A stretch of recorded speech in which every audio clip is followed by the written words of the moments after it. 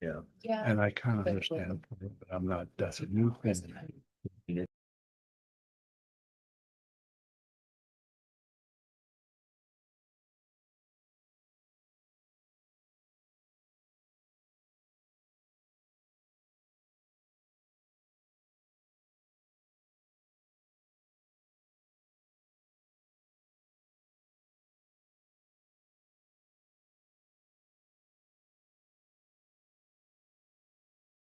Pledge allegiance.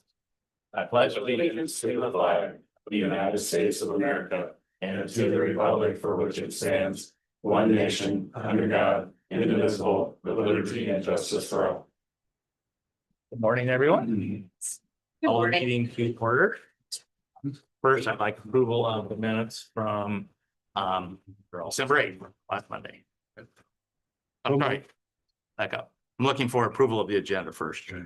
Minus, I'd like to table item number 11. So moved. Second. We have a motion and a second to approve the agenda minus number 11. All in favor, say aye. Aye. Opposed, motion carries. Now approval of minutes from December 8th, 2025. I'll make a motion to approve the minutes. Second that. We have a motion and a second. All in favor, say aye. Aye. Opposed, motion carries. Item number 1. Carroll Area Child Care Center Fiscal Year 27 funding request. Good morning. Morning. You want to come up and are the mics on? Hold it, please. Hold it it a little longer. There you go. If you want to introduce yourselves, you can see our names are in front of us. Hey, good morning, everyone. My name is Keely Farah. This is Lexi Flew. We're here on behalf of the Carroll Area Child Care Center and Preschool. Thanks again for your time this morning. We appreciate it greatly. We're presenting today to follow up in regards to our letter requesting funding for the next fiscal year. A little bit about who we are to start with. We're a nonprofit child care center serving families in the Carroll community since 1978. Our main site is licensed for 168 children, and our preschool and school age site is licensed for 45. We are currently serving 70 families, which totals 126 children is our current enrollment. We're open Monday through Friday, 6 a.m. to 6 p.m.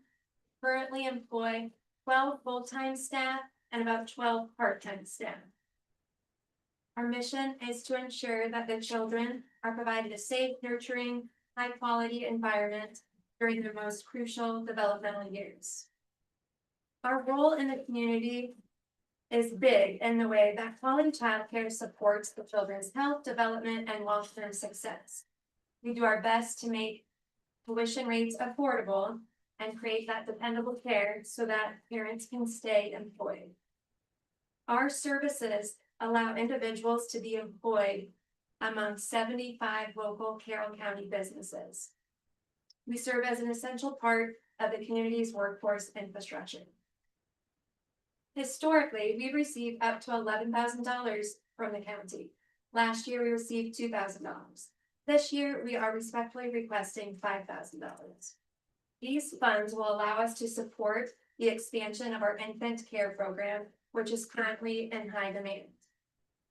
The funding will be used directly towards increasing infant enrollment by 16 additional infants. The funds will allow us to hire and train 4 full-time staff members in the new year in 2026. The impact this will have on the community is being able to provide jobs for 32 adults, whether they're staying at their work or finding work, so that their children can receive reliable, consistent care. Your investment towards our center will directly benefit local families, employers, and the county's overall economic stability.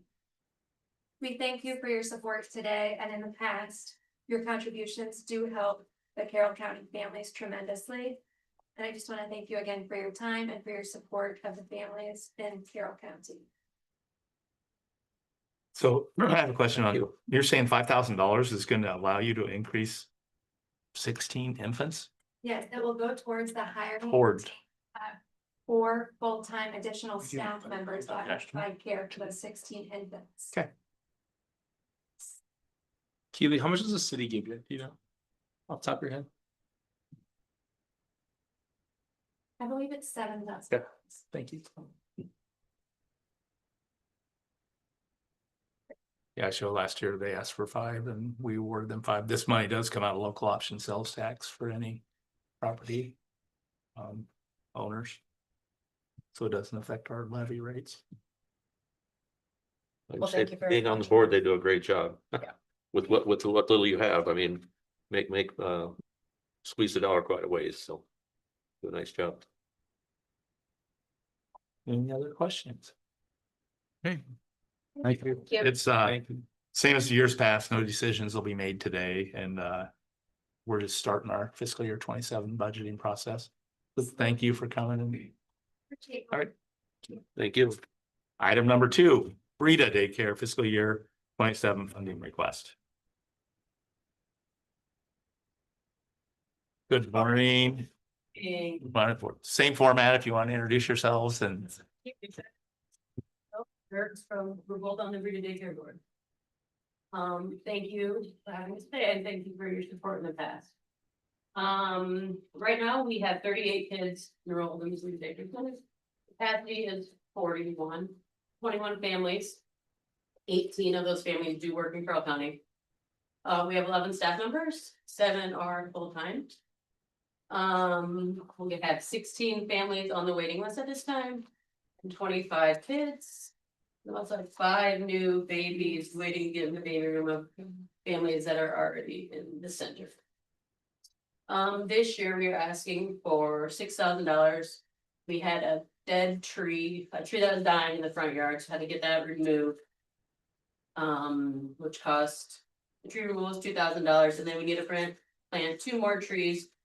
14-foot trees, around $800, and then just groundwork, $500 of that, so $3,300 towards the tree removal. And then we're in need of some new iPads for the center, which would be 4 new iPads. $2,700 was the quote on those. Last year you helped us put a new deck on, and we appreciate that. And any questions?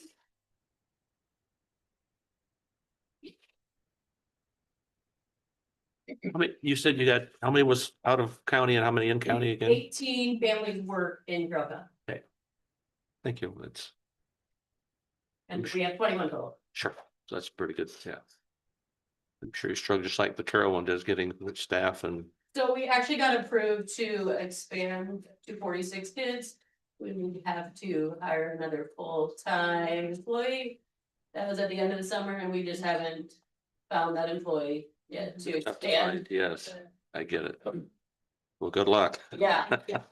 And go count on one thing there. Thanks for donating your time. Yes, Thank you guys. Thank you. does any of the Brita, does Toynes or Snappy or Trophies Plus, do they make? Yes, we do Easter fundraiser. It's our biggest fundraiser Okay. of the year. We get about $12,000 from that, and a lot of businesses donate to that. Okay. That's We good do a to lot hear. of fundraisers. We just did a side by side this last year. It was great. Fundraisers, yeah. Here. Okay.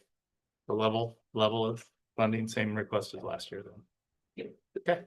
Thanks, guys. Thank you. Have a good day.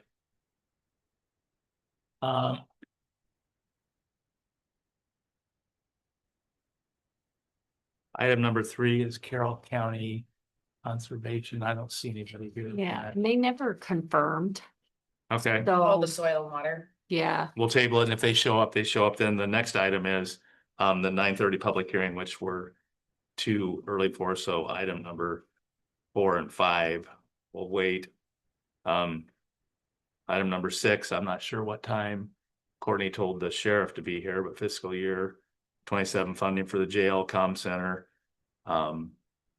And sheriff department budget review. Jason, are you ready for the? Okay, we can. We may have to interrupt you at 9:30 to do a public hearing. yeah, I don't. yeah, right, Jay. I think maybe this was intentional, this order. Yeah. That you have a cut. We could cut you off. You have a hard cutoff time. You should have received, two versions of the budget, one's already not here. Really straightforward, don't have too much, that's changed from last year. The two options are kind of, before you, the one, being, keeping, staffing level what it has been, with 7 full-time employees. That is including myself and, line dispatchers. And, the other proposed budget is the addition of one more full-time employee. You may remember from the, research we did prior to the last budget year, that, we compared, our comm center, wages and staffing levels to, the 5, communication centers in the state, larger than us, and as far as population that they serve, and 5 lower than us, and nobody on that list had fewer than 8 full-time employees, and we're at 7. So the proposal would be to add an additional full-time employee, and so that obviously raises our overall budget. It does allow us to reduce projected overtime a little bit. We would, with an additional employee, we would cover more time with double coverage. We don't have enough people to be able to have 2 people on all the time. I think that is something we should look to strive for as we move forward. Because everything we do in our communication center is redundant. We don't have one path for technology. We have multiple paths for technology. We don't have one phone line. We have multiple phone lines. Radio system has lots of redundancies built into it. But there are large chunks of time throughout the day where we don't have a redundancy built into the human component. So if the one dispatcher on would have a medical emergency, choke on a ham sandwich, or need to use the restroom for an extended period of time, there is no additional backup for them. So this wouldn't get us to double coverage all the time, but it would allow us to schedule more double coverage. The way it is right now, oftentimes I have to leave my desk and come out to the floor and assist during the day on the radio. Call volume starts to tick up about 7 o'clock in the morning. So the overnight is pretty slow. About 7 o'clock in the morning, people start waking up. They have medical issues. Our calls change, and the types of calls that we deal with throughout the day. But medical calls start around 7 o'clock in the morning, generally, sometimes a little earlier. And then sometimes they can be rather busy. And we are doing emergency medical dispatch for each of those calls. So that adds a little bit of time dedication that the dispatcher needs to do. Those calls can go best when the person taking the call can focus on taking the call and processing the call, and then another dispatcher can be there to dispatch the call, so that they don't have to stop doing the medical dispatch units and then come back to medical dispatch. They can do that really well. They're all very skilled individuals, but it does work better if we have 2 people on. The other thing that would allow us to do is to shift around coverage more often to cover vacations and sick leave and things like that with the personnel that are scheduled that day, rather than having to use overtime. So I got a question. So in your right now, you have 2 dispatchers there, 16 hours a day. The overlap is closer to 10, if you don't include me. So if you include me, but of course, if I have a meeting out of county, or Correct. I'm just on the phone on a meeting, or just engrossed in my work, because you know, guys, how diligently I work. So I don't include myself as that double coverage, but I kind of fill in. I'm adjacent to the comm center. I can, you know, if I can hear and I'm aware that the dispatcher's busy, I can go in, log into a position, grab a headset, and start helping.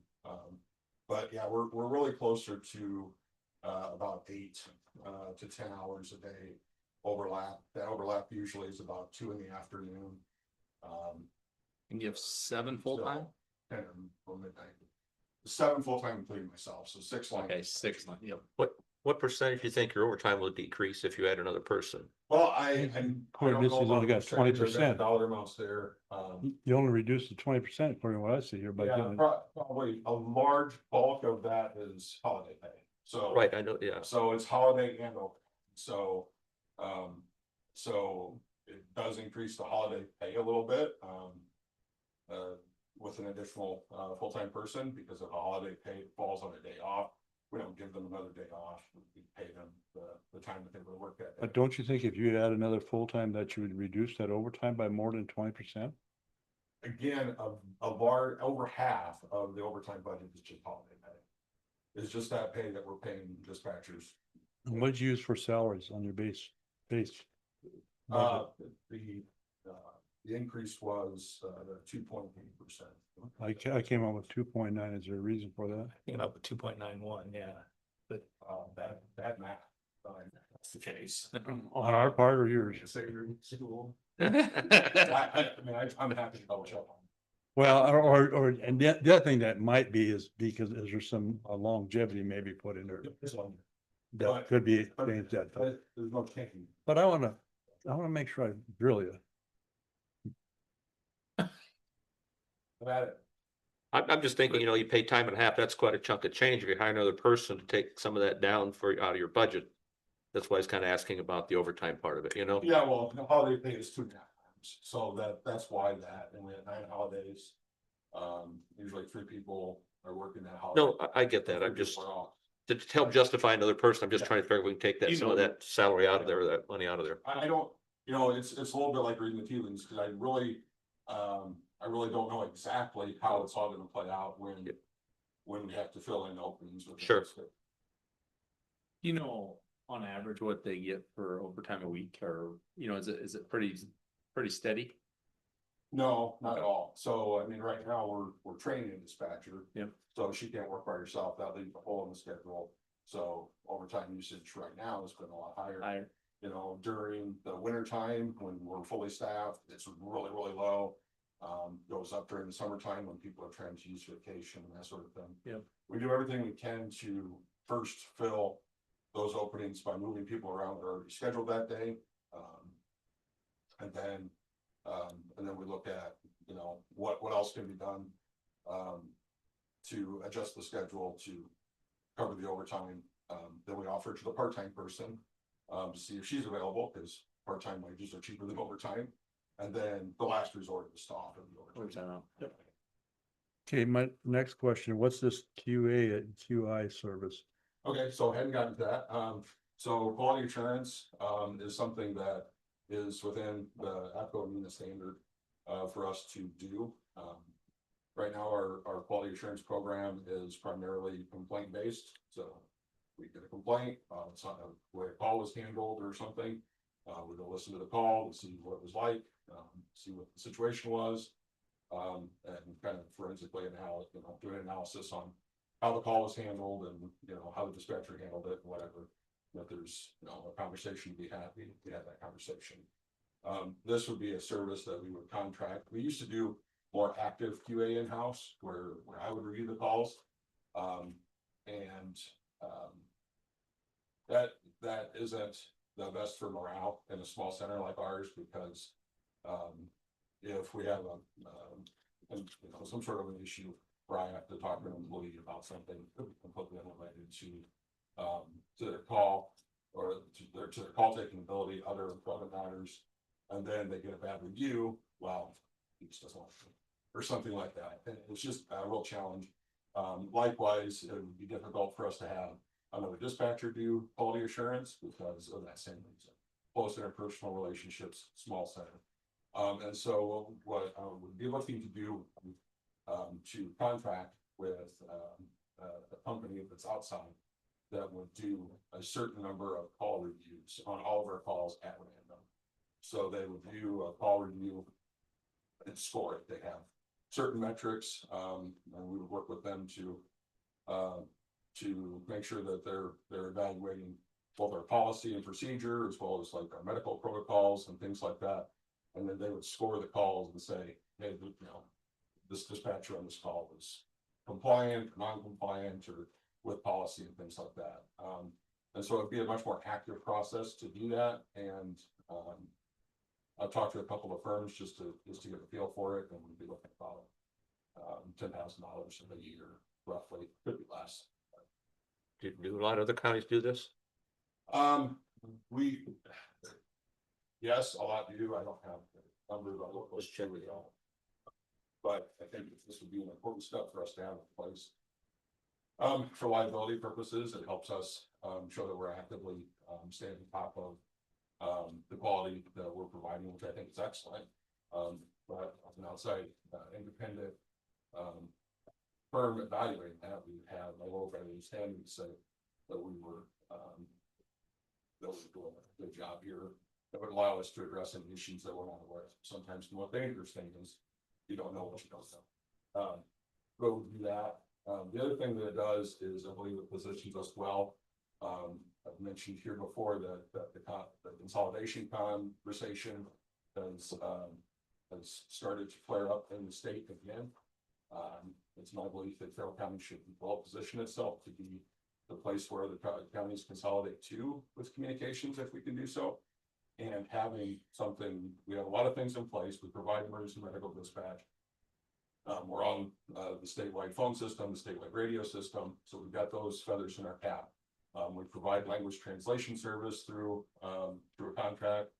That's another feather in our cap, and I believe having a good quality assurance program puts us at the top of the list for centers in the state. Certainly, larger centers are, as I know, Pot County and all the bigger centers are doing this, and you know, it would be. And Pot County just signed on the statewide system. They did, right? They're the last one. I think. Yeah, and so, I mean, I think we're competing with. Essex. Hmm? Yes. Essex. And so, you know, I think we'll be competing with counties that are already doing stuff like this, should that consolidation conversation. So smaller centers, some may be doing it in-house, some may be plant-based like we are now. And some may be maybe contracting for the service. Well, I can see you being as a small staff where that could be complicated doing that once. It's, and, you know, But that's love. but it's us still a having lot. an outside firm do it either, but I do think it's important that we move forward on something like this, for all of these instead of. But I do think it's a lot of money. But you say it could be cheaper than that, you think? It could be, the standard for our size center would be that we review 3% of our calls, and that's what 3% of our calls would probably cost us to have. Now, I've checked with two different firms that provide that service, and they were both right in that neighborhood. But it could be more like 8,000 or 9,000, but there's some implementation costs that the first year would be a little more. And then subsequent years, it would probably go down, and implementation costs would be very much. So what would, if you were to get this, another person, what would your schedule look like then? So there would only be one dispatcher from 2 AM till 6 AM or? Most of the time you have somebody until midnight. I think it might be a little later on 2 on weekend nights. But you have that probably would double change. coverage, Yeah, two people. double coverage. Yep. The later in the day would probably remain about the same. We already have that double coverage throughout the evening and early and throughout the afternoon. This double coverage would probably be more on the daytime side, because we do struggle with, again, if I'm gone, they're one person, and so we would look to have more daytime coverage during the week, actually, because our call volume on a weekday is much different than a Saturday or Sunday day shift. But those tend to be. So you're looking to basically remove yourself as the backup. Well, I would still be available, and the first place that we would move somebody would be that daytime shift would shift to the afternoon if we have an opening. So, you know, so right now, with having an opening in the afternoon or evening shift, we've done some jockeying around, but we try to keep that double coverage in. And so instead of changing, we got two afternoon dispatchers that are doing half nights, half afternoons to cover the opening that we currently have. If we had that additional person, it would be a daytime person just slugging the afternoon schedule, instead of having that. But their scheduled shifts are 12-hour shifts, correct? Some are 10-hour shifts, and some dispatchers are on a 10-hour shift, and some are on a 12-hour shift. Yeah.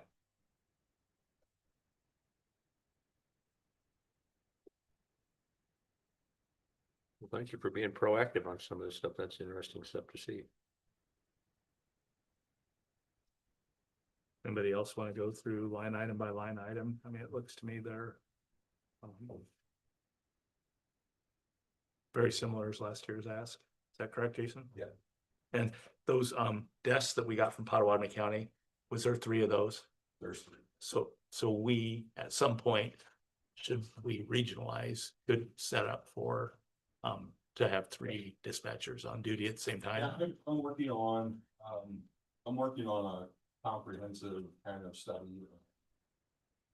We'll call it a 5-year plan, right now to look at, what's the population size that we could potentially cover if there was some sort of regionalization of forest or voluntary?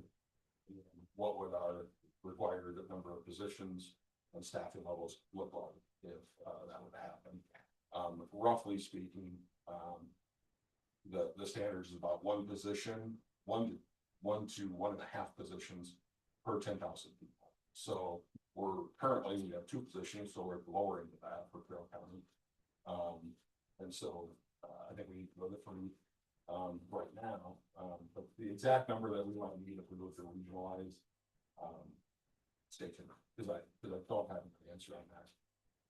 Just us and our surrounding counties would be 50,000 population if we just took Carroll County and it's a county that touches us.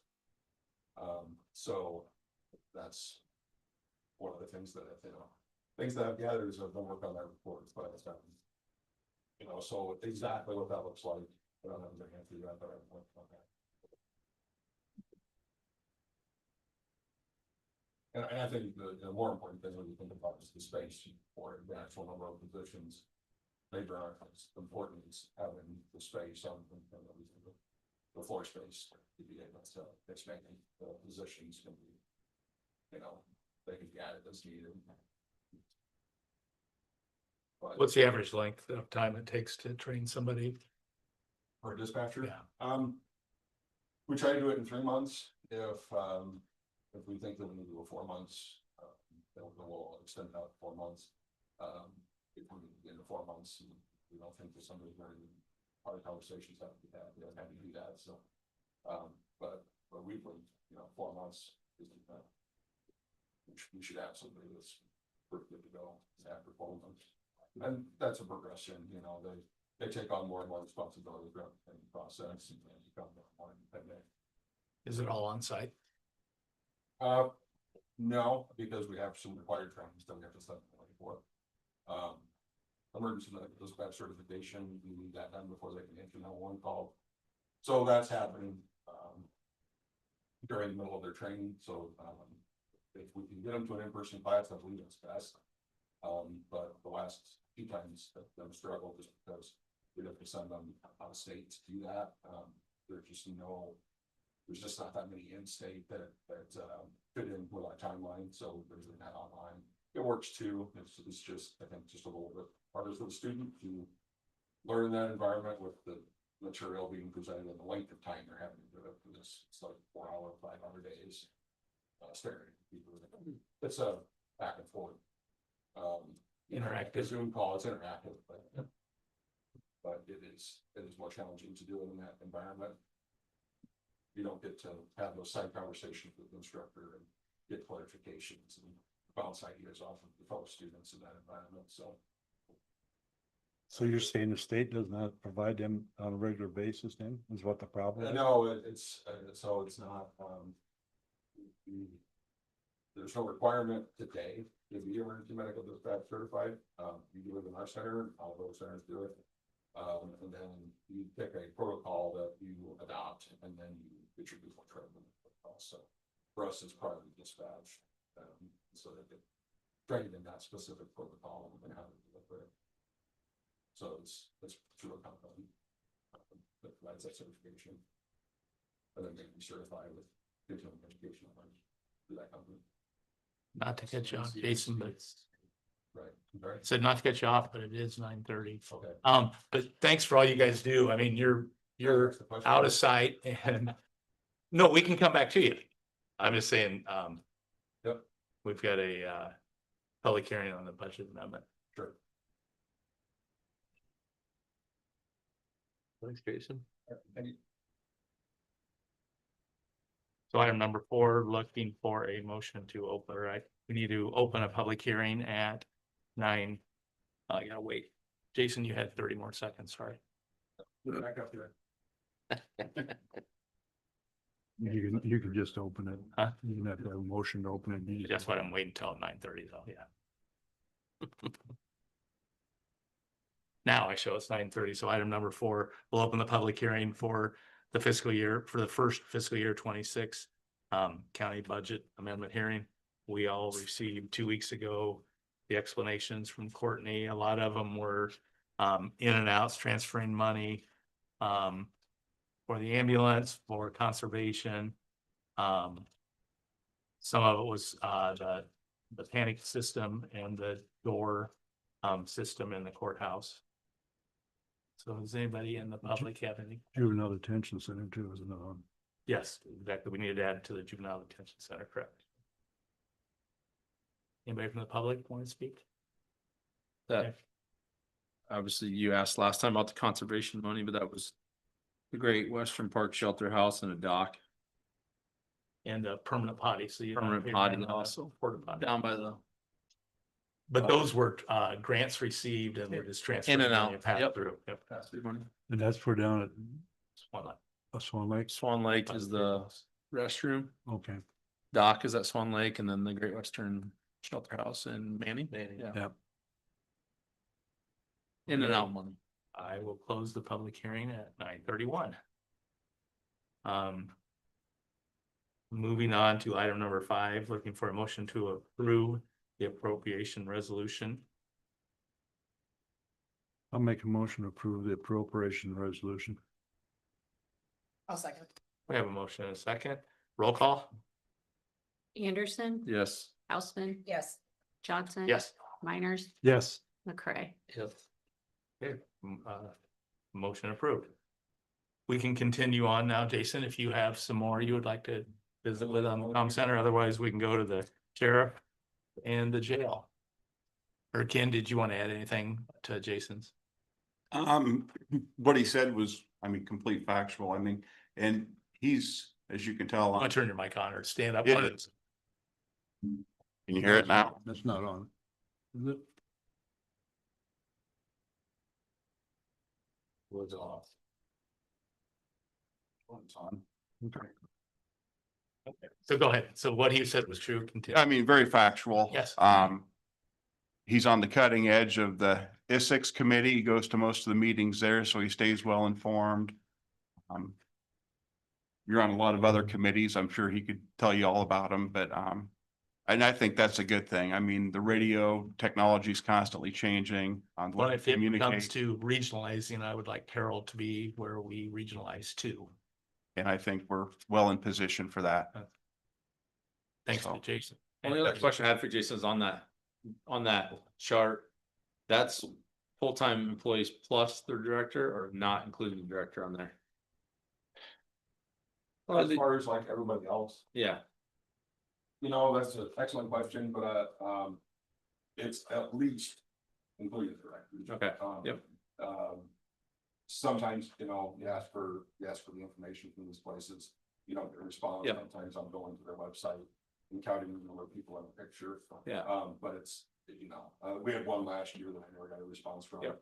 But that's what I did. That's it, yeah, sometimes their numbers are skewed, sometimes they're not. Yeah, but I think that's fair. Accurate, okay, yep. Well, and you get some that hope carry 2 hats too once in a while. I'd like to know how Greene County does it with 4, a 24-hour operation. With 4 full-time employees, No calls. or they No, might have. I can't answer for that, but they might have cross-trained jailers that also dispatch, which will have to change with their When new they get the jail, I'm new guessing. facility, But yep. Yeah, Sometimes their numbers aren't right either on these. yeah. No, Jason, like I said earlier, I appreciate all you do. I do listen to you. I stop down there and, I think you're sitting beside somebody that could probably attest to, some of the work you do on the medical side. Okay, Mr. Sheriff, where do you want to start? Jail or let's start with sheriff. sheriff? Okay, you guys are gonna maybe love me this year. We'll see. Only budget I did was 2.8 for jail, comm center, and the sheriff's office. So that's really the only thing that's changed on there. If you want me to go line by line, we can. We have our revenues. Before you look, before you move from there on the salaries, I figured that up and I don't even come up with that 2.8. The overall was 3.3%. But explain to me why there's a variance. Some are down, some are up, and are you shifting people around or? No. Somehow last year, you guys had us move some stuff from rural to general. Yeah, correct. And No, from Courtney general couldn't to find the rural. notes on it, and neither could I. I think we went the other way. I think we Other went way. from general to rural. Yeah. Yeah, But some of the numbers show a shift from rural to general So when we from start, last year. so when we start under salaries, the regular employees. The one that ends in 1,000. Yep. So is that adding somebody? Is that removing Tom? Is that No, replacing Tom? that has always been John and Tom. And somehow, some way, you guys wanted to add somebody to that line last year. I don't remember that. And like I said, I don't have notes on it, and neither did Courtney. Well, that's just all when I was doing these. Because when she sent me these numbers, I'm like, That's why. what are we talking about here? So that's why they were so different, and I went and had them all together, and it came up with a total of 3%. Yeah, and I'll explain it as I go on. Okay, all right. But I'm gonna keep going back to revenues there. I kept 16,000 for mileage. The miscellaneous reimbursement is next to nil. Whatever we get there, we get there. 400 for surcharge on fines. 6,000 for weapons permits. I did lower that by 2,000. Just seems like our weapons permits are a little bit down since they made Iowa a Second Amendment carry state. So do you have to have a weapons permit to carry a weapon now? In Iowa? Yeah. No, and as long as you're not a So convicted when people felon. get those, what does that do for them? Basically, it makes it easier if they want to go buy a For a new gun, guy. they don't have to go through the background check stuff. And it's also the only way it works if you're gonna carry out of state. Gotcha. Okay. No other state reciprocates with But so if you have an Our state. Iowa license or an Iowa, if you're permit to certified, carry. yeah, that works in other states. Not all, but some, Oh. yes. As long as you head south or west, you're good. Okay. Don't go north or east. All right. Thank you. Other miscellaneous fees, 4,000, sheriff's fees, service of papers, that's holding pretty steady, so I kept it at 40,000. So that shows revenue on that side for $66,400. Okay, and now under the 10,000 line there for uniform patrol services, that is Kretzinger and Franzen. Are the only two that were on that line. Don't ask me how somebody else got put on there last year, and I don't know who. I just remember there was some discussion. We had a lot of discussion last year, so I don't remember much of Yeah. it. But you guys wanted to move somebody from the rural side to the general side. I kind of remember something. I can't think what it was. Come on, Mark, you can do it. I can't do it. No, he's What? already in. No. Something, was it something to do with, a deployment deal? You know what? It was No, because because we hired. we put something in there to replace Francis. Francis is eventually gonna be I think that, retired, right? Not until March 15th of Which is. this upcoming year. Yeah, that's this. Yeah. fiscal year. I do remember, I can't tell you specific, but I think I do remember something that we talked about. Okay. All right, move on. Okay. So, and, So you're reducing it by 81,640 by that imaginary employee that was in there. yeah, Okay. and that number was reduced on the rural side though, too. So gained on the general was reduced on the rural side last year. Okay.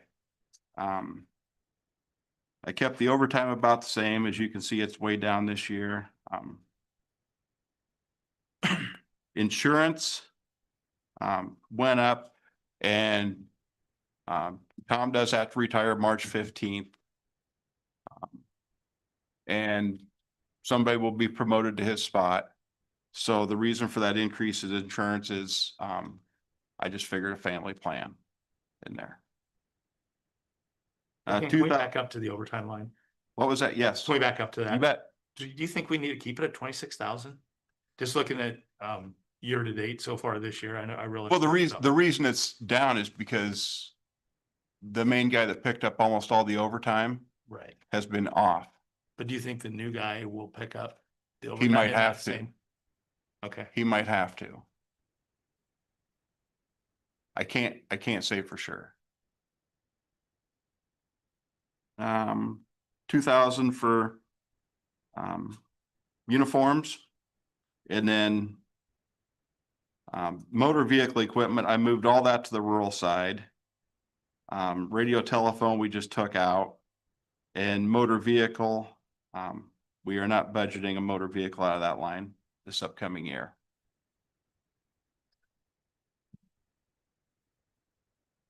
The next one for salaries, that is myself, Sean and Melissa. That was increased by 2.8.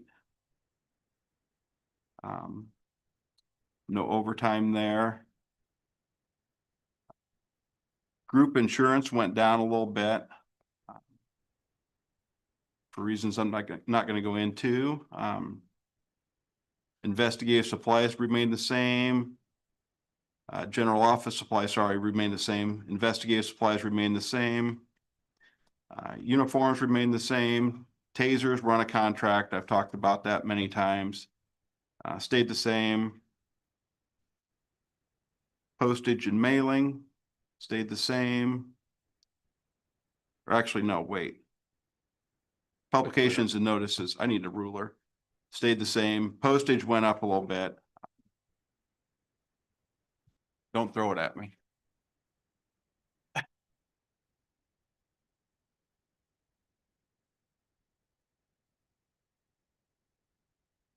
Cell phones, I increased a little bit. It seems like we were just a little short on that line, so it went up by 1,000.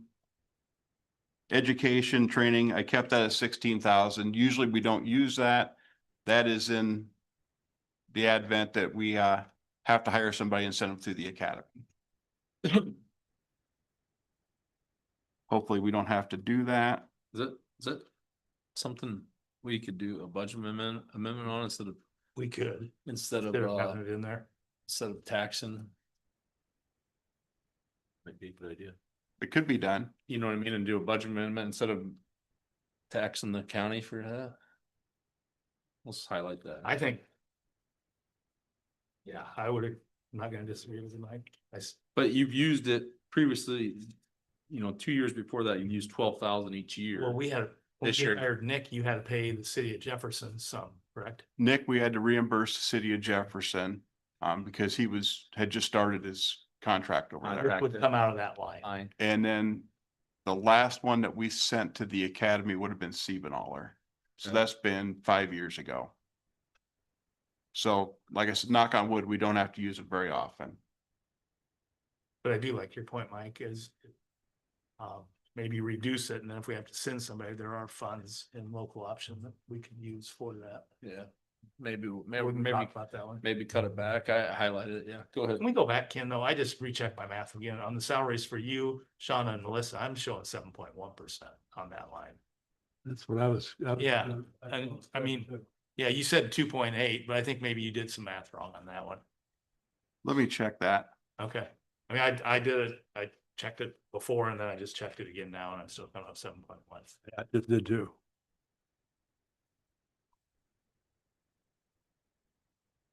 Clerical error. Medical and health services stayed the same. What comes out of that one? Physicals, Okay, anything like that. pre-employment. Yep. Office and data processing, I just took out. Dues and memberships, 400. Data processing, these are our licenses and stuff that we have to pay. Kept that 11,000. Office equipment, furniture stayed at 1,000. So Yeah, let me check my math on the salaries there. And I'll let Courtney know. Okay. So other than that, that should just be 2.8 across the board there. Then you have FICA and the IPERS. Of course, the IPERS went up quite a bit. And I think that started last year, if I remember right. Yeah. What is that? The county pays 14% now instead of 9%? I want to say 12.1, but it might be a little higher. Okay. I know. No, it's 12.1, Okay. if I remember right.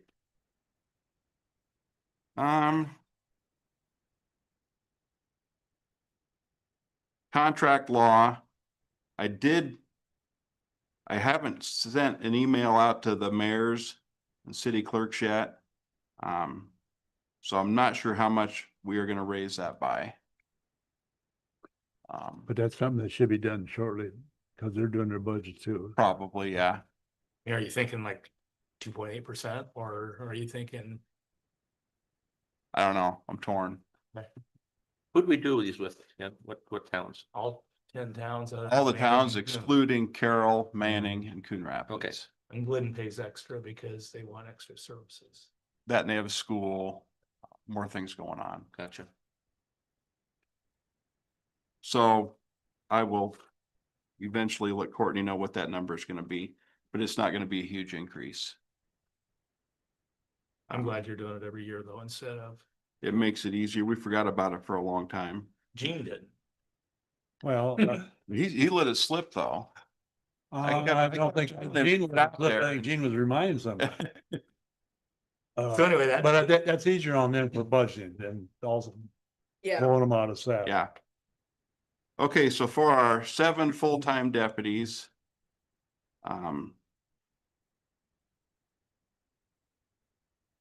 See, and somehow. Last year was showing 486,000. And this year we go up to 582.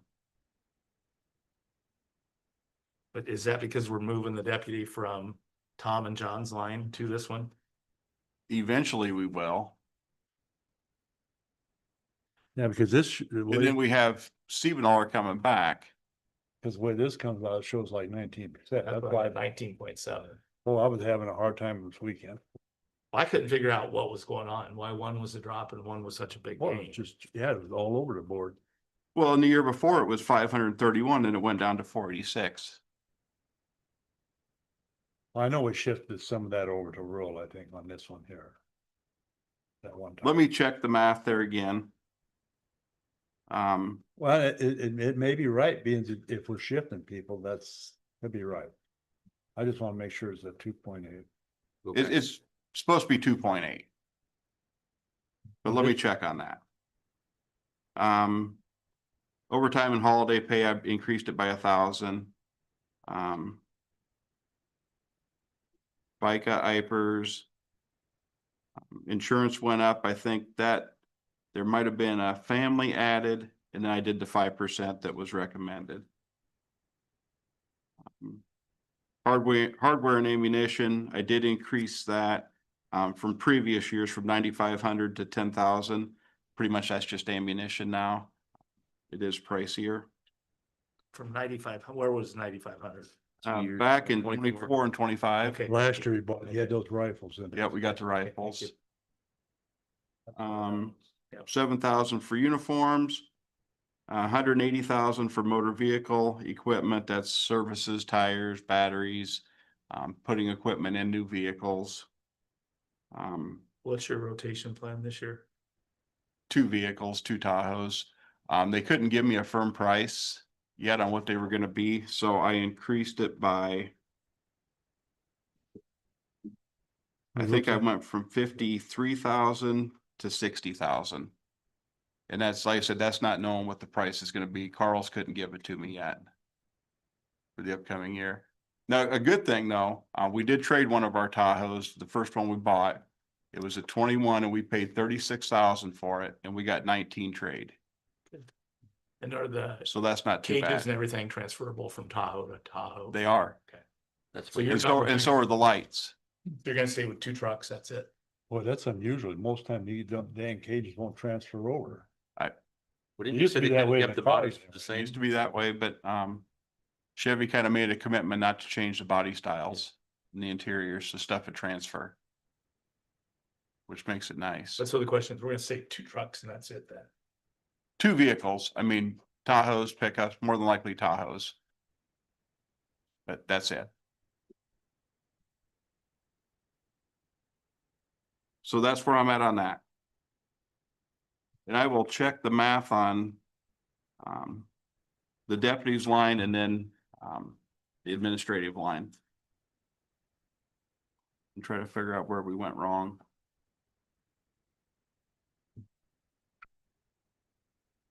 And you still think that 26,000 in the overtime and holiday pay needs to be there on this side, or you're just saying it needs to be there, whether it's on Tom John's side or on the regular uniform deputies? I don't have a crystal ball, Scott. That's what exactly, but I don't, yeah.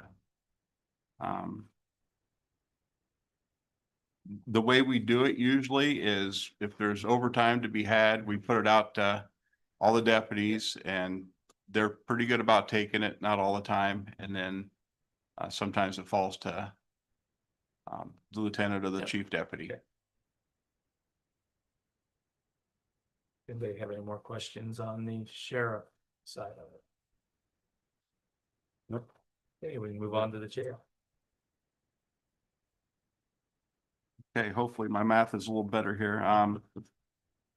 Or not quite as confusing anyway. Room and board, I increased to 650,000. Realistically, I think 700,000 is obtainable. And then concessions and commissary, we do have quite a bit of money in that account, and that's what we pay a lot of our bills out of over in the jail for repairs, that type of thing.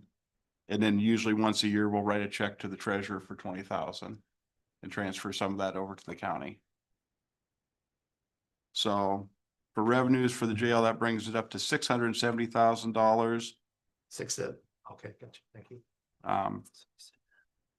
Salaries for regular employees, that was 2.8, that came up to 640. I come up with 3.6. I came up with 3.63.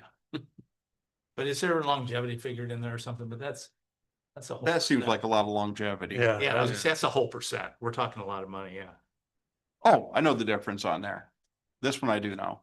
You're I adding talked part- to you guys yeah. before about Patty Okay. Mendenhall is retiring next Monday. Is her last day of work. So then January 1st, Peyton Brungard or Peyton Lajuette, gotta get her right name, will be the jail supervisor, and then Julie Sturm's gonna be assistant jail supervisor.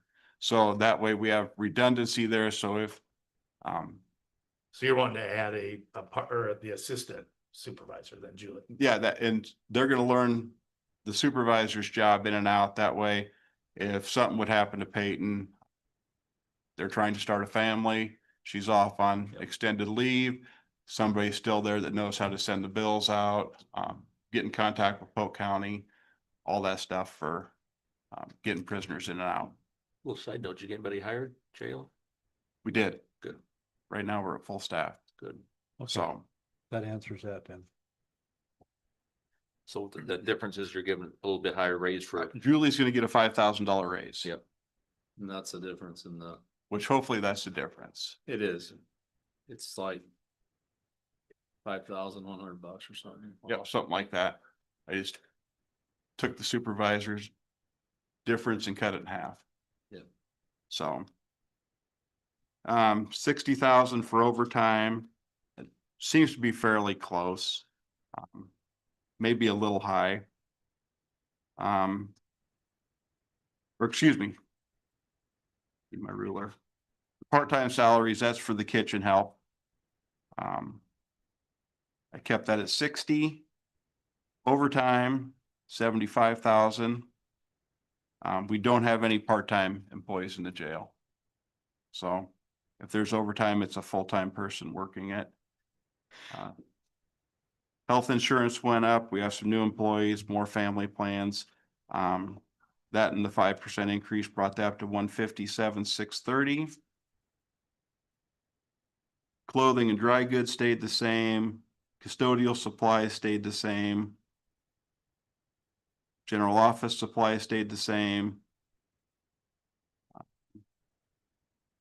Few lines there I just need to get rid of. Education and training stayed the same at 5,000. Medical and health services. As you can see, we've been lucky this year. And that's another one of those crystal ball items. We usually budget about 15,000 for that. Is that for the inmates themselves, Ken? It is, For the Carroll County only? yes.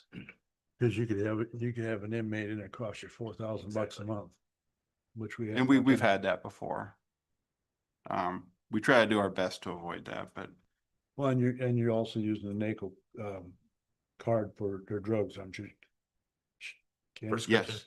For prescription, okay. Office and data processing, I lowered that from 10,000 to 1,000. Thought maybe that was something commissary could pick up on. Food preparation seemed to be pretty close with $60,000. The cook does an excellent job ordering stuff cheap and finding good deals. 280 for dues and membership. Were you intentionally leaving the building repairs and upkeep? Did you want that to be a zero from 15,000? Yeah. We got enough money in our commissary. Okay. So It's a good thing for the taxpayers. it is. As long as we keep selling nicotine pouches and ramen noodles, we'll be set.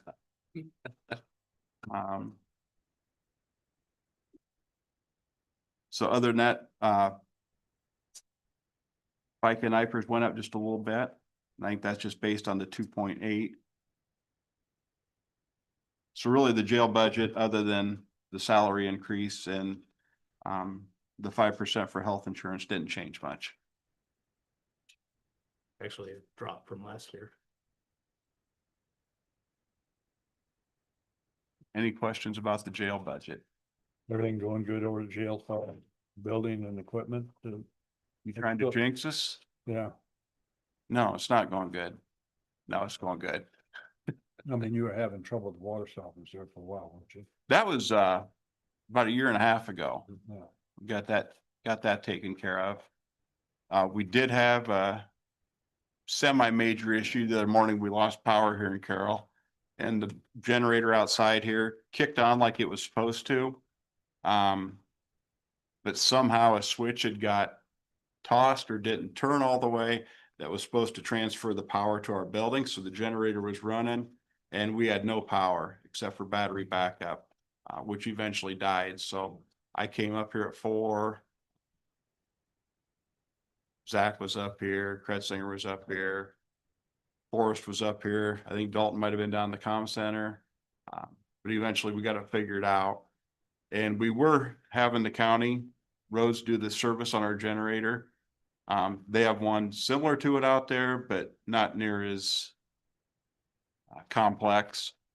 And I don't think it was anything they did at all. I think it was just something that happened. In Caterpillar, we talked to our rep. He was supposed to come here and run a report on it and get back to us and why it didn't transfer power to the building. But from here on out, I think it's just good insurance. We're gonna have Cat do the maintenance on it and check it, so. Because we were dead in the water. Yeah.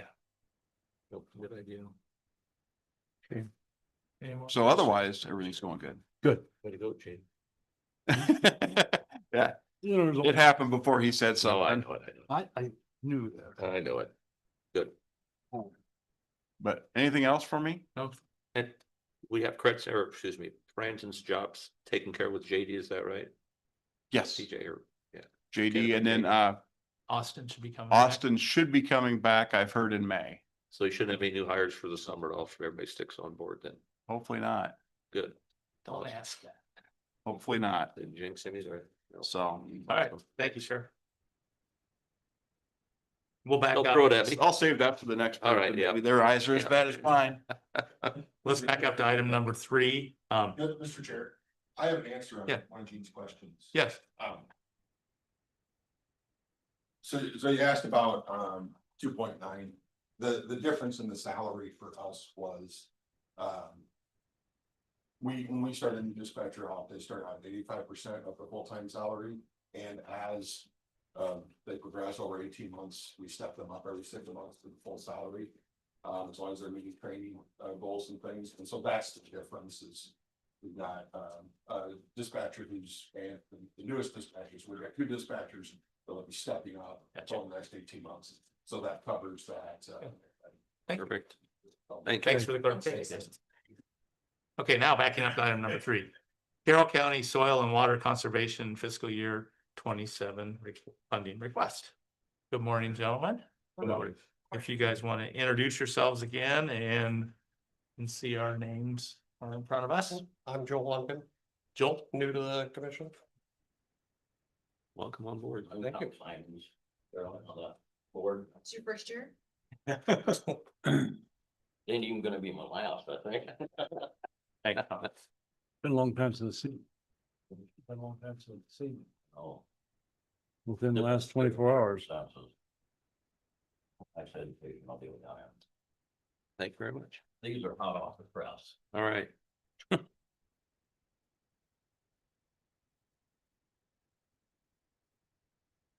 As Joel said, Joel Unkin, he's gonna be, the future of our board, I'm afraid. Which If I can think, pick up fast enough. and I think we'll be in good hands down the road or whatever, so. I think you guys all got a copy of our financial report. I think Karen sent that down earlier, so hopefully you had a chance to go through that. What I just handed out, we just picked that up, that's a different program that runs through our office, Equip. Environmental quality work programs, stuff like that, so if you get a little time in between times that we're talking, you can kind of go through that and see what it looked like, but what we're here for is asking for a little help, and hopefully we won't take as much time as the sheriff's department. Which that's got to be done too, so. What we're looking at is what we do in our office. It's probably a lot more than people realize. We're doing a lot with helping farmers, landowners, with conservation practices and stuff like that. It seems like over the years, the last few years or whatever, with not a whole lot of rain, we don't have a whole lot of demand for terraces and waterways and stuff like that. But what is really big in Carroll County right now is cover crops. So, it's still a way of conservation and saving our soil and keeping it out of the road ditches and stuff like that. So we're spending a lot of time with that. This summer we had a intern, so some of the funding that you give us help pay her wages and stuff like that. And it's a way of bringing young people into soil conservation. And the girl we had was a young girl from down in the Manning area. And, she stepped in and jumped aboard and stuff like that and was really willing to learn, and hopefully we can get her back, sometime down the road, maybe full-time, or at least she gets into, some sort of soil conservation through her schooling and stuff like that. We also put out applications for 2 scholarships for any high school graduate that goes into some form of agriculture. Now there, if you know any young person, don't have to be a boy or girl or whatever. I mean, that's what we're asking for. Seems like for some reason we're having trouble getting applications for that program. I mean, we get them and we're offering $500. So it's a nice scholarship, but we use a little bit of the funding that you guys get for them too, or whatever. I talked a little bit about the cover crop and stuff like that. I think if you look on, I think our annual report, I think we put in a little over 7,700 acres of cover crops this year. And that seems like it's a growing project for us and stuff like that. So, like I said, it's a way of conserving the soil and stuff like that and keeping the soil in place. So that's been a really good program for us. There's more ways of getting funding from cover crop than just through our office. I think the Soybean Association, they have ways of, helping out people and stuff like that. You can get some kind of a discount on your your farm insurance and stuff like that, at $5 an acre if you wish to do that, stuff like that. So there's ways and benefits of doing the cover crops, so that's something we're doing there too. We also, with our annual newsletter, we did not put one out last year. We felt like what we was doing was probably good enough, but I think it's something we want to get back in, so that's why it's something that you guys help us with and stuff like that too, putting that newsletter. Does the newsletter go to? Pardon me? Does it go to all the landowners or? It does, yes, yes, yeah, there's, I don't know how many people it goes out. It's quite a few thousands and stuff like that, so that's good. But you know, if we go back to this sheet that I just handed out with Equip. You know, we can kind of go down again, and if you look at manure storage, cattle building, we got two programs for that again this year that we put up. This has really been a good program for us and also for you as a county and stuff like that. Because we put 852,000 in them two barns, and that's probably less than half of what the real cost would be. You know, so the producer is responsible for the rest of that money. So you start taking, you know, $1.6 million and putting that on the tax roll in Carroll County, that brings a lot of tax dollars into the county and stuff like that, which I'm sure you guys are aware of it. And, you know, over the years, I'm sure we got, you know, well over $10 million, you know, that we put up in cattle barns and stuff like that. So, you know, this is all on the tax base and stuff like that. But So, don't they also get a credit for putting that in too, on their taxes? pardon me? I think they get a credit on that too, don't they? On their- You probably do. For the Yeah. manures. Mhm. Mhm.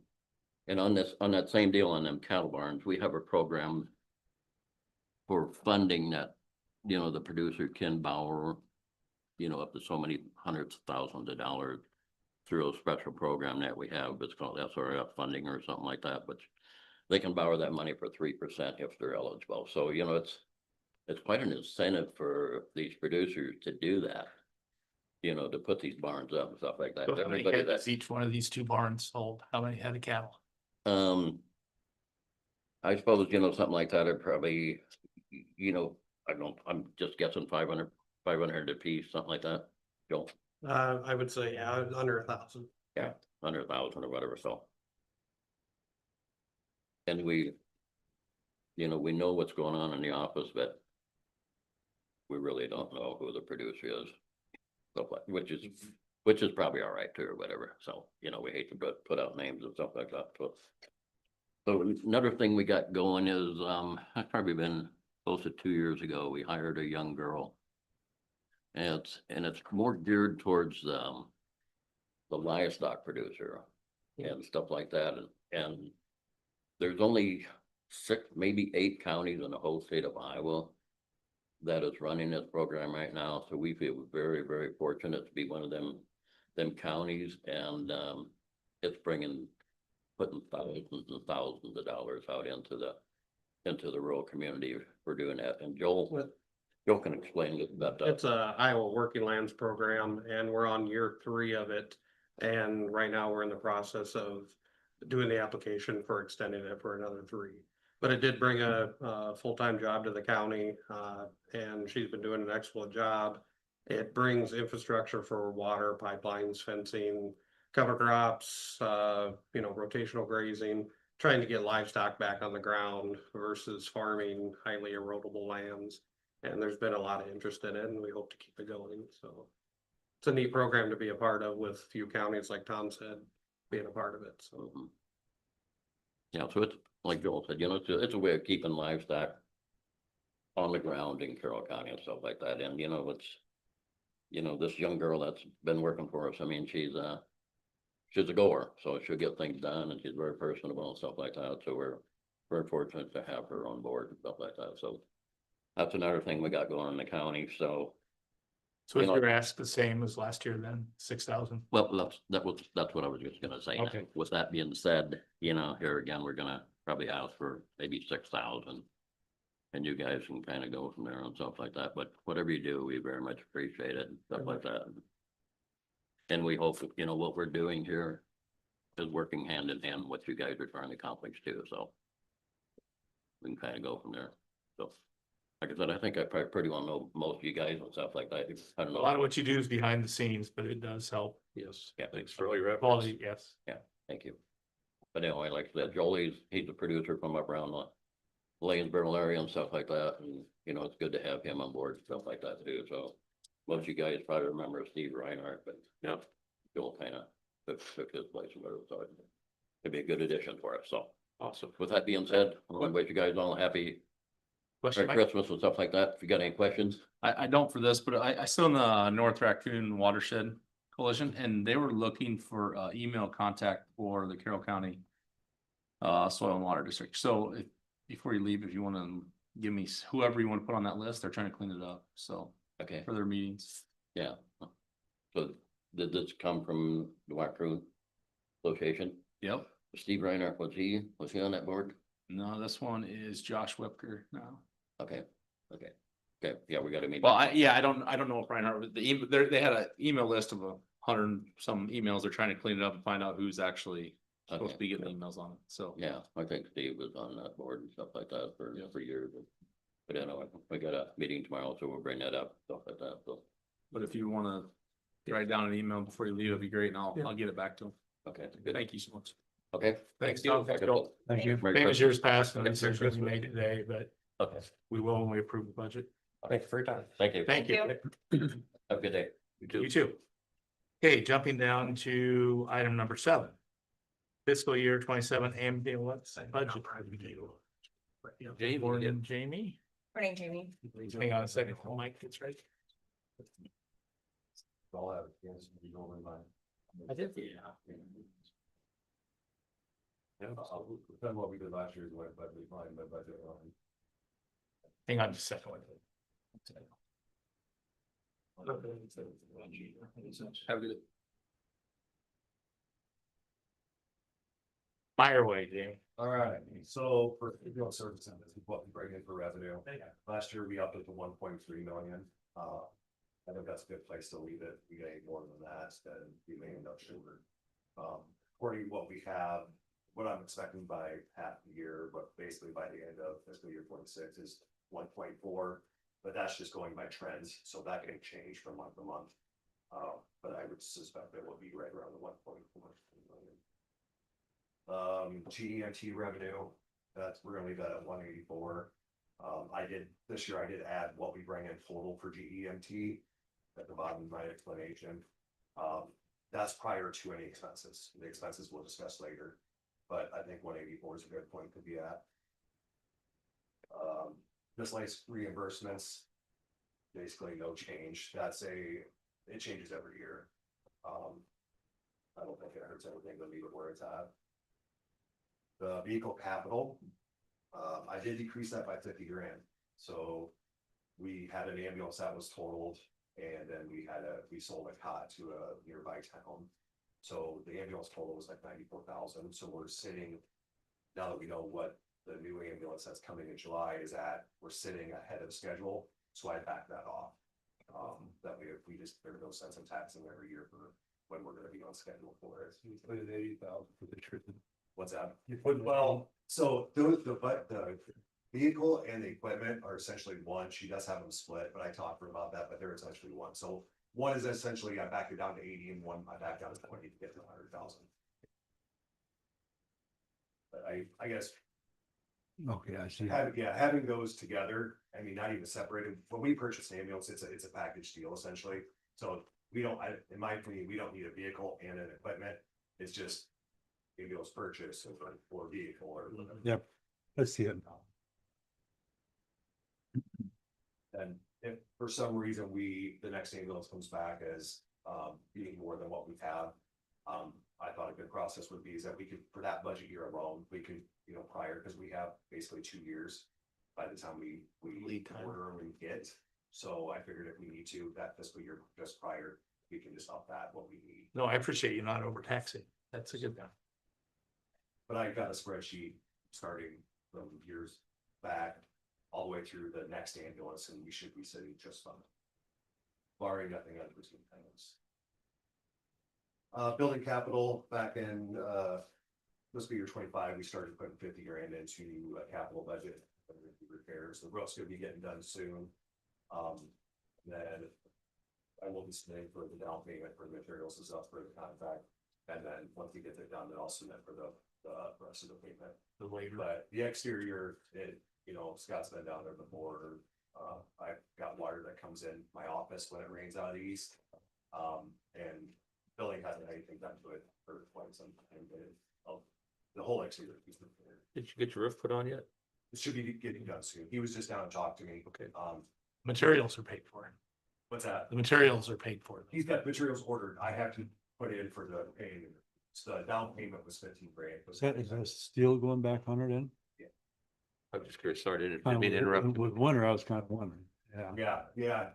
I was hoping Okay. he'd have it done by now, but, he is running behind. So he was just down the other day talking to me about EP other.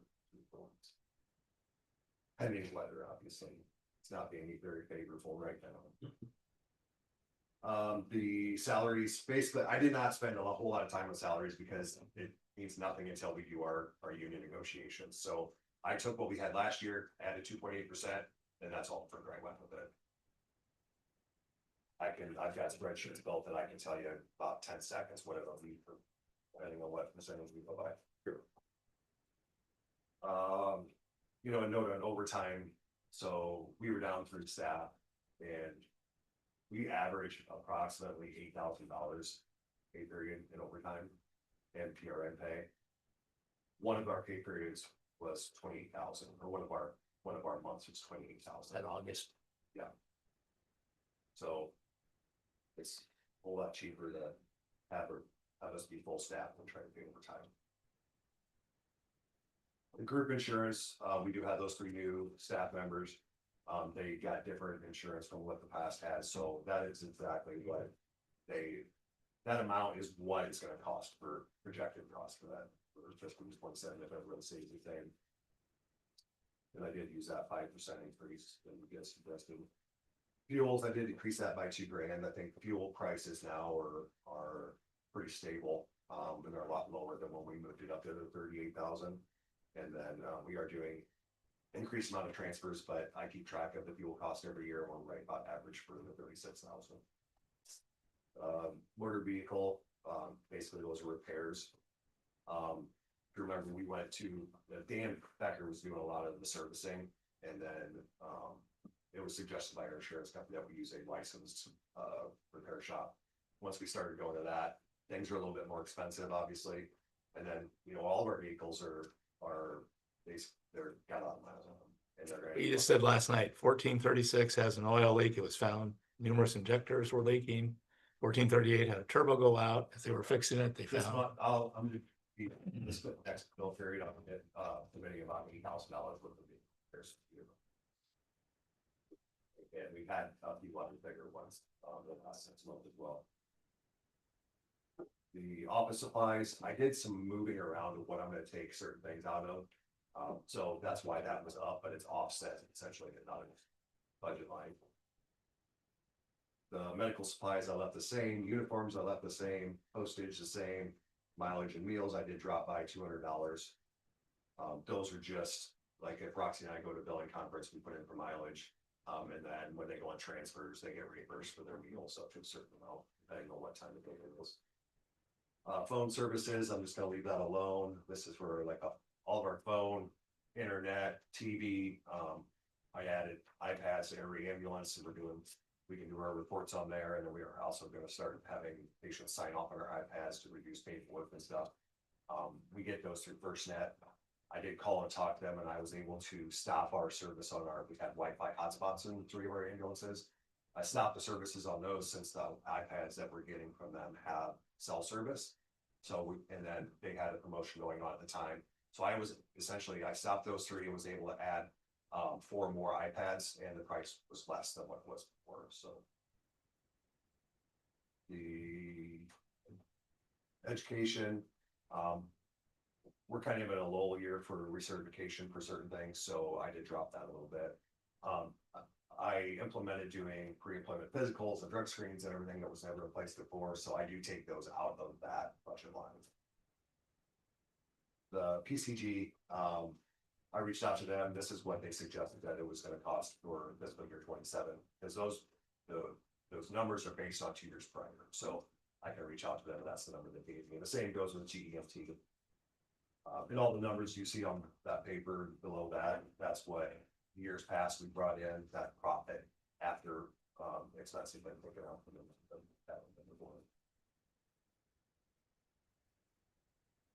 Questions so far? Natural gas, I dropped that about 500.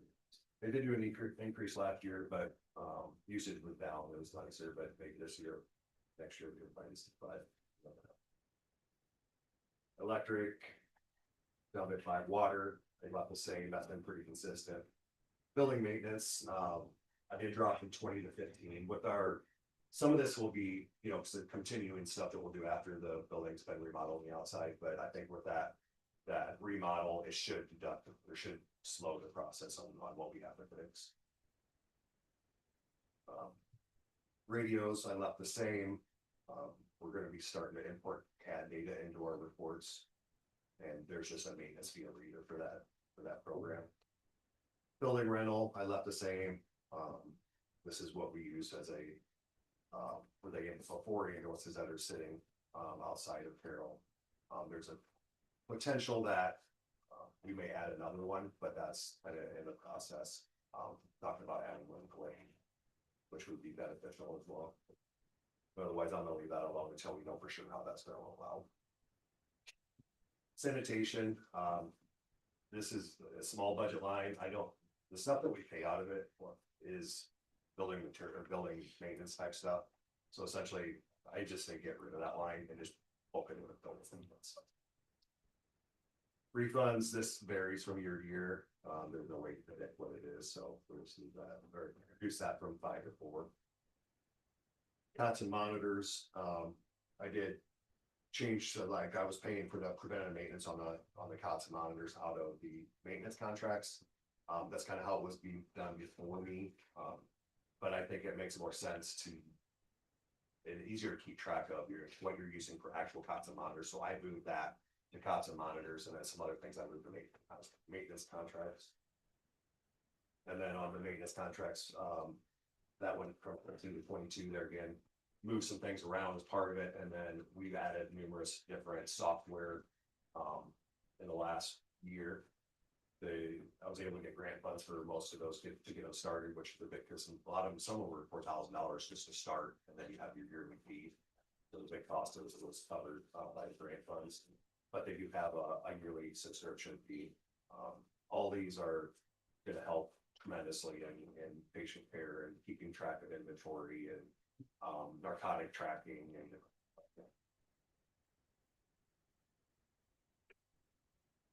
and then this, I don't know if you want to go over this now or during like for the payroll budget. Have we heard anything from the union yet? That should be, a letter should be coming from them soon, I would think. Should be, years past, they've been kind of in contact with me, and we talk quite a bit. This year, not so much. I don't think there's a reason behind it, but it's just I know they've been meeting and trying to get put together, but Okay. There's some new committee members that are a little unsure of what's happening, and they're just trying to get the ducks in a row.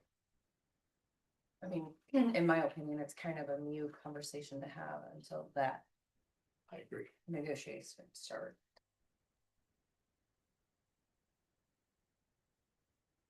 I want to put it on your radar. Okay. Well, here's my answer. I encourage you all to go watch this presentation from last year. I was encouraged to do this, and it is much needed. But we can talk about that more. Any questions? I do appreciate your updates. I mean, I like every single Sunday, but They're a little less than what they used to be, but there's. you get the point across, and it keeps us within, I mean, it's communication, and we basically just need to know. 9 bullet points that are all worthy.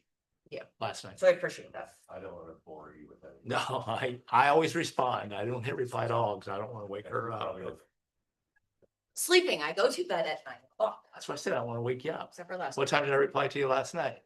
9:45. I'm working still. No. Explanations are Thank you. detailed, I like it. This budget's really easy to follow and follow the streets. All right. Take a 2-minute recess. Huh? Should we take, somebody want to make a motion for a 2-minute recess? 2-minute recess, please. All right. Then Maggie. Second. Recycling then? All right, when it's your turn, Maggie, then they go to recess.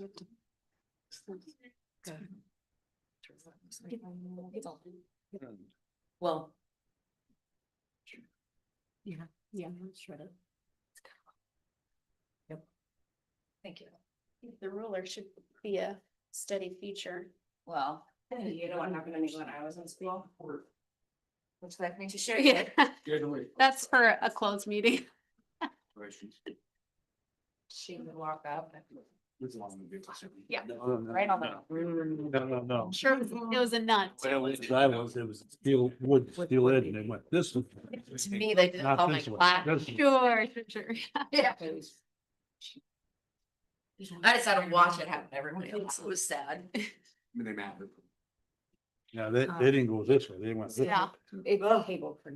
They're, it's more effective. So, we're not. But did she post it? She's gonna be some, so maybe it's. We're watching videos. So, yeah, someone can talk about it tonight anyway. I'm really hoping to get that stuff done before Christmas. How's your Christmas shopping coming? Haven't started. Sorry about that. Mountain Dew went right through me. Now You're we- good. Okay, can we do another 2 minutes? No, I'll go. Okay, we can now resume. No, Sorry. just, Yeah, it's just about them. yeah, I figured that. Item number 8, fiscal year 27 public health budget review. Good morning. Good morning. How are you? Good. How are you? Yes. Okay, so our revenue, our 3 lines have stayed the same. Our Care for Yourself at 800, immunization grant 9,500, and our service area 1, SA1 FEP, which is our public health emergency preparedness, keeping that at 10,000. That is a federally funded grant, so we're not quite sure. It is on a 3-year cycle, so we know we're going to have that funding through this next fiscal year. After that, we will see. The biggest line item that's changed on our revenue is our local public health services grant. That has changed. We've upped that to 50,000. That was the grant that was split population health, non-population health, population health being public health, non-population health is the home care aides. That has switched 100% to public health per state guidelines. So that's why there's such a big increase there. FICA, IFRS, salary, those are all increased per the county's guidance, the 2.8 for salaries. IFRS 9.44, FICA 7.65. And then our group insurance, 100% of my salary, and then a percentage of Carrie and Megan's salary. That percentage was given to us by Courtney based on their public health salary versus their own department salary. So a portion comes out of their department budgets, a portion comes out of public health. The only other line items that have changed on our expenses, I did increase our employee mileage just because we're having a lot more out of town meetings.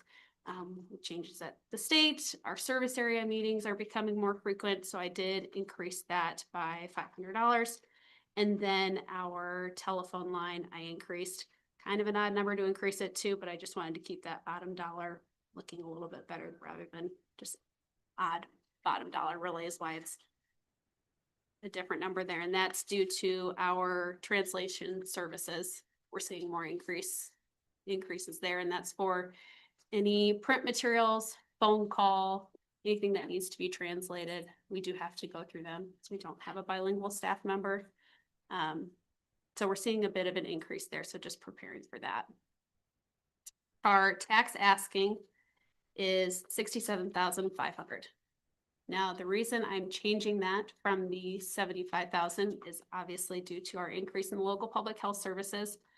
And I just don't feel the need to pad my budget in areas that we don't need it. I don't want to pad something that I haven't spent in the past and don't project that I will Next spend. year, you're going first. Yeah, I know. Hey, how to do that. Yeah. So we've had a conversation about this though. Yes. And that may increase someday, Yeah. right? I don't want, going forward, I can't say next year that I will stay at that 67,500.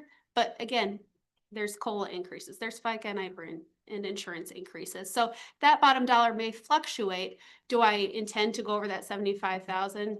No, but one day eventually it will, because inflation will continue to increase. You see But what I I'm saying? don't anticipate that happening for quite a few years. So rather than overtaxing until we get to that point, I would rather not. I like the way you also went to 895 instead of rounding up to Yeah. 900. Well, I just wanted to keep that bottom dollar. Thoughtful, then- yeah. Yeah, so. I do appreciate it. That's what I'm Yeah. saying. Next year, you're going first. Okay, I'm happy to do that.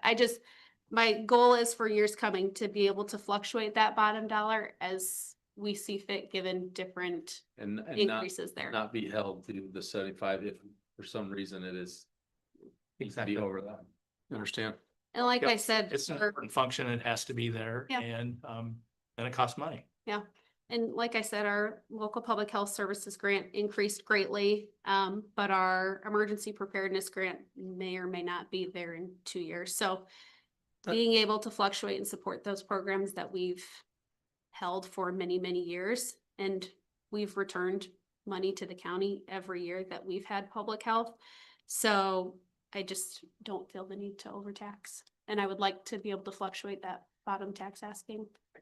Them grants are what's scary in quotes, you know, because. Yeah. That completely funds That's all of what our. we see year after year. Yeah.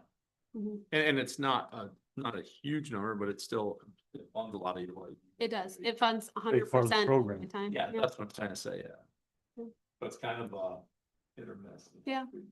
Plus, it's a volunteer board that oversees all this too. Absolutely. Yep. I applaud those people who volunteer. Yep. And many have been on there for a few decades. Mhm. So, yeah. I have no question. I like it. Yep, Okay. nice job. Awesome. Thank you. Keep up the good work, Megan. Thank you. Thanks for all your work on the opioid committee and the units from the McCray also. Been very rewarding. I won't speak for Mark, but it's been very Yeah. rewarding. We'll to just see the pulling that outcomes. team together. More information you can look at. Yeah. Every discipline of the county is in there. Yeah. Including a recovering ed. Mhm. Yeah, it's that's- been great. It's a good thing. Are you Megan today or? No, Megan's here. Oh, you're hiding behind Yeah, the, pillar. what the heck you doing back there? Thank you. Well, the pillars. Thanks, Maggie. I know. All right, item number 9, fiscal year 27 home care aides budget review. All righty, good morning. Good morning, Megan. All right. So, starting up top with the revenue side, kind of going down, I think Courtney was I don't know if your guys' did she redo the descriptions? Like, does it say homemaker on the top? Is HCA homemaker Or fees. something, okay, she kind of, okay. Cause it was always in the past, all the lines just said home care aid and Right. they were, but okay. So starting at the top then, the homemaker, so I did drop that 2,000. It's, you just never know day to day. We add someone, we lose someone, And things. change. that money comes from the federal government or from the, Nope, that That's is from the- actual payment, like Okay. fees that are. Fees. thank you. And then the next one, Elder Bridge contributions, I upped that 1,000. That's again, just kind of what, there's no guidelines on what. Anybody on our Elder Bridge grant is encouraged to give a donation, but it's not mandatory that they do that. Usually most of them do, but you never know, but I did up that 1,000. Or the next line there, our health aid contract, let's see, where did I go there? I did drop that 5. 1,000, a lot of that is the reimbursement, like United Healthcare, they don't contract with them anymore because they can't negotiate. So kind of, it's leaving a lot of people with no options, but I guess what do you do when they won't negotiate? But so that's, I did drop that line. The next one, I stayed the same, 23,000, that is our Medicaid. So the waivers through, Medicaid that we get, stayed the same. The next line, that's at local public health. So this year reflects the 0, because our portion is now in the public health, budget. So that money's still coming, it's just now reflected in public health and nothing in home care. That's why Maggie looks so good. Yeah. Kind of, yep, it helps. Yep. It's just nice to see though that that money wasn't lost to the county, like True. it's still coming in, it's just kind of being seen different. And then the next line there, the Elder Bridge, that's our grant with Bridge, who've been wonderful to work with, and I kept that at the 40,000. Do it throughout the year also increase that once in a while when they got extra money? So every year they do, towards the end of their year, they'll put out like a reallocation. Well, it's a form to see kind of where people are at with spending. Can you take on more, not take on more? They haven't given any additional out the past couple of years because their money was cut from the federal. So, but they do still request that information. And if there's, sometimes a county might not use all their funding for whatever reason, and that's so if they can move funding, they do, but we haven't gotten any additional on top of what our grant amount was. Okay, so then under expenses, I did the salary up to 2.8 and the FICA and IBRS to follow, and then the health insurance at the 5%. And On your salaries, it actually shows 15.6 because you got less employees. Is that part of it? So there was a salary in there that, so with our state grant funding going away on the home care side, there's a lot less, like reporting and things that we have to do. So Shelby has done, and that was a lot of what Shelby did. So she's kind of stepped more out into the home care, or she's always done some out in the field, but she's doing a lot more. So, yeah, there is a savings with that on the salary side.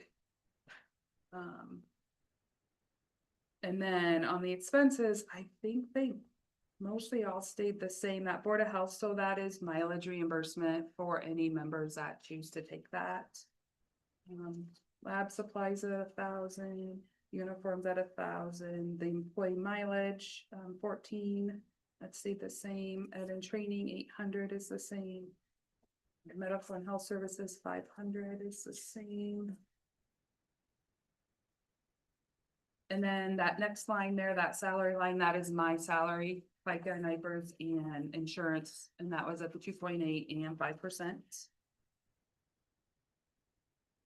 And then the office supplies at 1,000. Postage, I kept at 500. That 1,200 for mileage, that's my mileage. Telephone, I did drop that. So now that we're on with the courthouse, my amount is usually very, very minimal. I don't know, I dropped it 150, I guess. The office data processing, I dropped that 1,000. And then the office equipment, I kept that the same. So my difference, I guess, from last year to this year is actually like a little over 9,000 less tax ask. We need to move more offices to the Fricky building. I see a trend here. Yeah, I like it. You know, You, I like your trend. you budgeted way more than you've used the last 3 years. You've been- That, and it all comes back to revenue Yeah. because we just don't know Yep. what, I mean, it's, yeah. Use 50 less in 23 and 70 less in 24. In 25 looks like you're doing just fine. You're only gonna you have 80,000 used so far. Right, on the back there. Say it again, Mike. He's just showing the trend that he's using less than what's been requesting, so it's. Yes. It's awesome. Yeah. I have no questions. Anybody else? No, keep up the good work. Thank All you. right, yeah. Thank you. Thanks, Mike. Have a See you. great holiday. Yeah, You same too, to you. thanks. Thank you. Merry Christmas. Yeah, very interesting. Usually we're doing these after Christmas, so. It's a good thing. Get them done. Get them done, yes. Thank you. Item number 10, approved plats. We have one requested by the city of Halbert, owned by Sacred Heart Roman Catholic Church. And it's south of 245th near Granite. And we have another one requested by Rick Schultes, owned by Lorraine Schultes Revocable Trust. South of 330th and Mahogany. I'll make a motion to approve the two plats. I'll I'm second. Very, very familiar with them. Yep, I looked at them too. Okay, They we look have a good. motion and a second. Any more discussion? Not all in favor, say aye. Aye. Opposed. Motion carries. Item number 11 was tabled. Item number 12, manure management annual updates. Justin Sawyer, section 23, Glidden Township, crop rotation or optimum yields.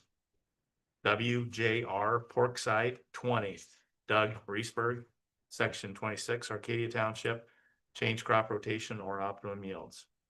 WJR pork site 40, Doug Reesberg, section 35, Arcadia Township, change crop rotation or optimum yields. Smith Livestock LLC number 2, Wenty, section 16, Wheatland Township, no changes. Smith Livestock LLC number 1, Home, section 32, Wheatland Township, no changes. Hausman and Son, section 17, Washington Township, no changes. Item number 13 is committee reports. I can go first. Last week I had, conservation. Just a couple highlights. They're gonna raise the tinning rates. They're leaving most of the rates the same at, that was voted on for camping. Besides, Was that Swan Lake or is that countywide? just Swan Lakes for Okay. now. I have a lot of trouble with, homeless people camping out there in tents in the summer. And it creates a lot of, problems. They're upping that a little bit. And, I showed you guys earlier the planting of the trees there.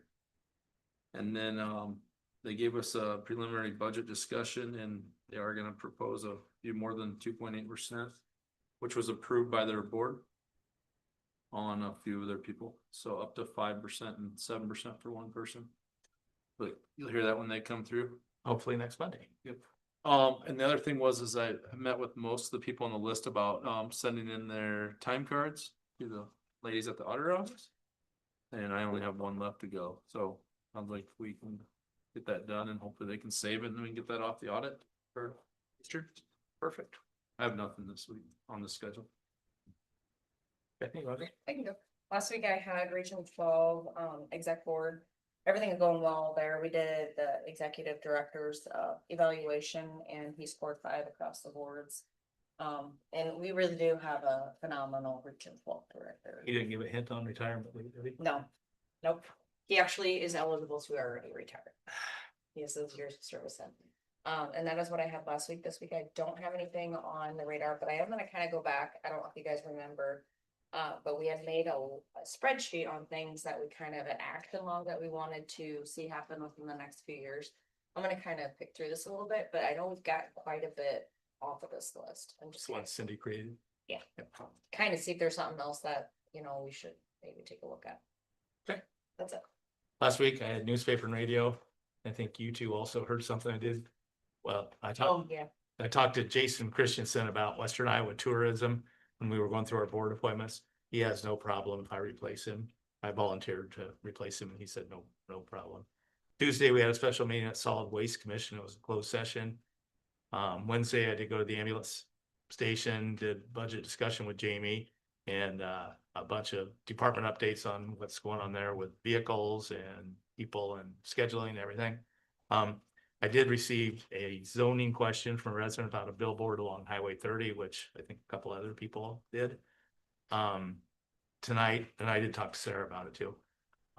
Tonight I have Carroll City Council. Tomorrow morning at 8:30 is walkthrough. Stephanie with Jeff Cullen and Tom Franzen. 8:30 tomorrow morning Yep. before safety committee. Yep, I'll be there. And at 10 o'clock, I'm gonna sit in on the safety committee meeting as I'm not a member. I'm gonna sit and listen. Wednesday is our December executive board meeting at the recycling center, and Friday there's chamber coffee at the chamber office. That's all I have. Okay, last week, Tuesday had policy council.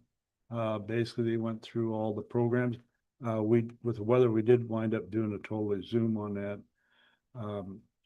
But everything seems to be going good. They went through the selection criteria for the Head Start, early Head Start, approved that. Approved the policy council handbook approval. There was a few things that was changed in there. Finances look good. They also reported on the school readiness fall program, and that was in good shape. And the reported that the building down at Waukee is getting framed up. So went through the report. Then on Thursday had a CCGP had an executive board meeting. Basically went through a lot of stuff in regard to membership and board members.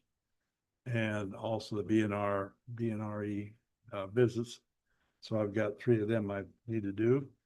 And also then on Thursday, I zoomed in on the Highway 30 coalition meeting. Really not much going on there.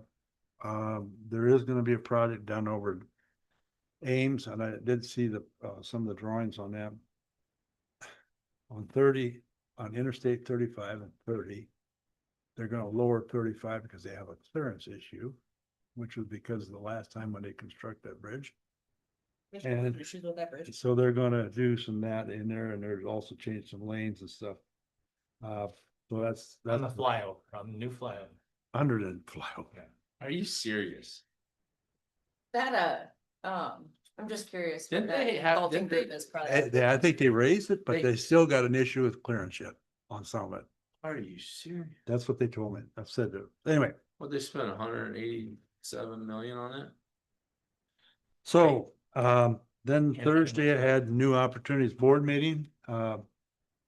That was done by Zoom also because of the weather. We are going to, unfortunately, we are losing an employee that's going to retire that I hate to see, and that is our CFO. Sherry Mertz, she will be retiring at some point, so we are going to start looking for that position. We did go through all the same stuff with the Head Start. Financials were all okay. Chad went through a lot of different programs that are questionable right now, and also an update on Iowa Primary Court Care Association through their district meetings. We do have some people that are on those district committees right now. And that was basically that on that. Then I did sign up for the ISAC supervisor meeting. I had to go through that. Sign in for that new portal. I have not done that Not yet. done. So, and then this week also, we're in the process of doing evaluations for our executive director at new opportunities. So I'm starting to compile those, and I'll be waiting see how many more come in the next few days or week. And then I'll have to report that to the CEO. This week I have CCGP board meeting on Tuesday. I think there is. Friday is, I have the Yes Center board meeting up at Cherokee. And then unfortunately I have the radio and the newspaper this week. That's a long meeting. That's awesome. That's That's awesome. I'm gonna stick with that. All right. Last week, I got my last it wasn't a confirmation. I wait for a diocese approval for our speaker, Tony Huffman. So I went on ahead and told them we would accept. So I got a agreement/contract from Tony Huffman speaker. So I relayed that on to Kurt Steger, our county attorney. There's a bunch of stuff I need to clean up. So on this week, I'm going to work on cleaning up the contract and doing a few other things. I attended the chamber coffee at the commercial bank. Very informative. That's quite a neat place there. Tomorrow, I've got active shooter, as Scott said, and then a safety meeting afterwards. I've got a DCAT meeting on Wednesday, and I plan on going to chamber coffee at the chamber office on Friday. That's all I have. Question, anybody? Do we have questions from anybody in attendance? And Emily, next week is not a bill day, correct? It is bill day. It is bill day? Yes.